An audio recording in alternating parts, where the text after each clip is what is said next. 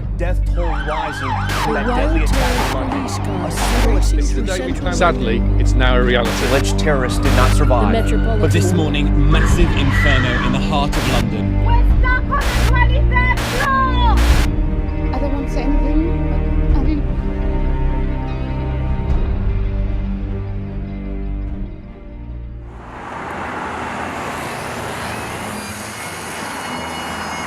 This is Westminster Bridge, and behind you have the House of Parliament and Big Ben. The House of Parliament is where all the major political decisions are made. The House of Lords and the House of Commons are in there.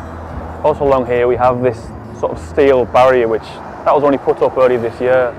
There was after a terrorist attack down near the House of Parliament where there was a lot of people killed and a police officer killed. Because I'm a news reporter for a newspaper, I was down here at the time. It was in March, reporting on what happened, and it was the first of 2 or 3 attacks in London this year. So it's been a really busy and not particularly pleasant news year for London, but Londoners just sort of crack on with it. There's been a real sort of togetherness since it happened. The whole city does seem to have sort of bonded more and just got on with it and not let it affect them too much. Obviously you've got safety measures in place now, but London people themselves who live here have just tried to get on with their lives and make sure it doesn't affect them too much. And I think that's one of the great things about the city is that because it's so non-stop, that there's no option to stop and be too upset for too long.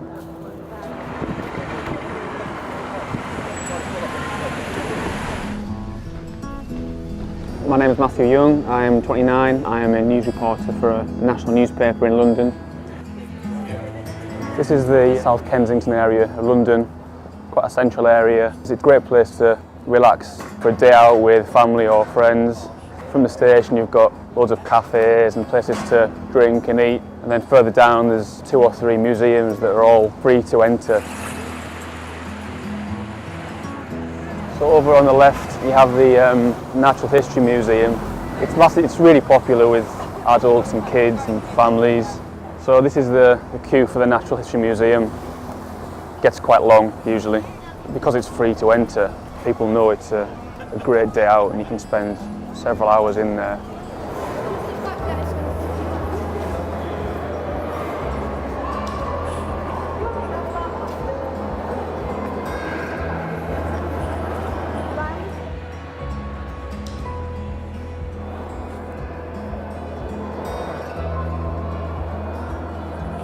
This is one of the main sort of halls, and you've got this huge skeleton of a blue whale, which kind of typifies for me why I quite like this place, because you get to see things to scale that you wouldn't ever ordinarily see. So this is also being put together, and you can see how huge it is. It was the same before this. They had a diplodocus here, a big old dinosaur. It's a topic that I'm interested in and fascinating to see.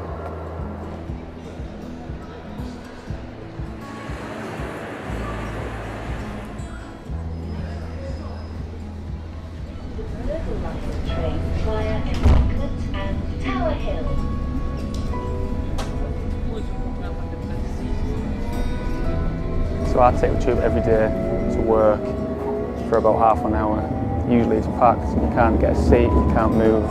It's alright during the daytime, it's quite nice, you can relax a little bit, play some music, read a book. But sometimes in the rush hour at 8 AM, 7 AM, you know, you usually have somebody's arm in your face, but now it's alright, it's not too bad.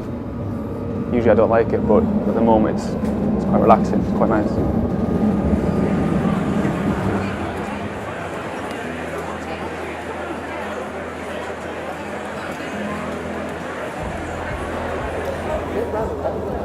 So this is Borough Market near London Bridge in South London, and it's my favourite place to come, I think, in the entire city. It's always busy, but there's food from all over the world here, so you can come along here and get any kind of food that you want. Also for me, it's somewhere that is quite close to my heart. When I had my first date with my girlfriend, who I live with, just around the corner from here, so it means a lot to me. This is a little Spanish restaurant I've come to quite a lot. So it's great paella, great chorizo, great stew.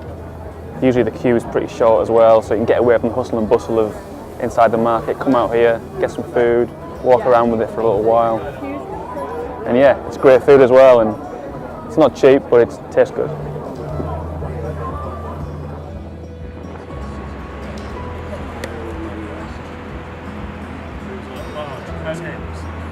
The media industry is changing dramatically, particularly from a written perspective. So now, you know, newspapers are reducing in sales hugely all over the world. But it affects me because I have to think of my future. If you want to, you know, you need to make sure that you're savvy and you know about the internet and you know about what's going on and social media and that kind of thing. It changes the day-to-day job a little bit. I don't think London has changed me that much as a person, because I try and make sure that it doesn't. I think it quite easily could, because it's so busy and so full on and so hectic and so exciting that I think it quite easily could change somebody, but I try and make sure that it doesn't change me, because I've still got the same friends and family back home, and I wouldn't want to appear to have changed too much. I don't want to change much. However, it's made me change in some positive ways, just in practical ways.